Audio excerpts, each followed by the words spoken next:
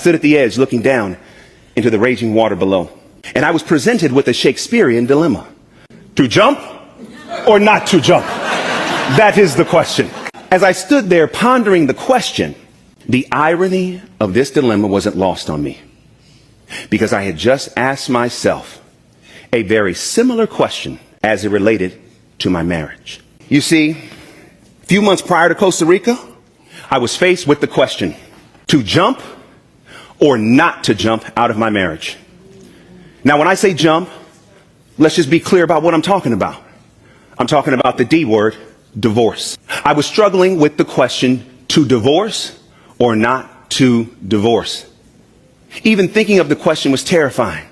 Even having the thought put me in a state of disbelief and absolute fear. I never thought that I would contemplate it. Better yet, I never thought that I would even do it, but now I'm at the edge of considering it. And I knew if I were to do it, it would cost me everything. It would mean acknowledging myself in many ways as a failure. It would mean the sacrifice in death. I got on one dating app. I said, Lord, bless my swipe, bless my swipe. I got on another one. I said, Jesus, take the app, please help me. According to the U.S. Census Bureau, there are more than 133.5 million people in the U.S. who identify as single. And now they could add one more to the tally. Now, I wasn't looking for marriage. I was just looking to explore and just have a good time and enjoy myself. And someone said, Devon, be careful, because these dating streets are ugly. I said, ugly? They said, ugly. They said, I don't know what you're going to do, brother. I said, me neither.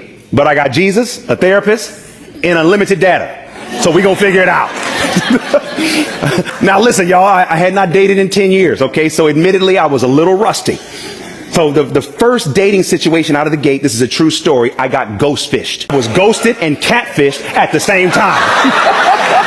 I was talking to a woman on Snapchat for 4 or 5 months that I never saw. And then I realized, wait a minute, I haven't seen you. She didn't want to be seen. So, okay, I had to move on. All right, let me move on. Let me keep going. A thirst trap is basically a scantily clad or suggestive picture someone posts with the intention of attracting attention from the opposite sex or the same sex, depending on what they're into.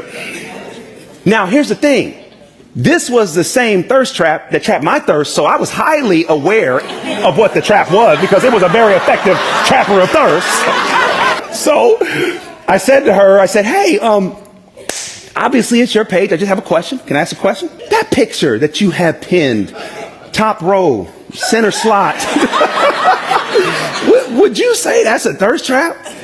And she laughs and she says, well, yeah, it's a little thirst trappy. I said, well, you've already trapped my thirst. Are you still thirsty?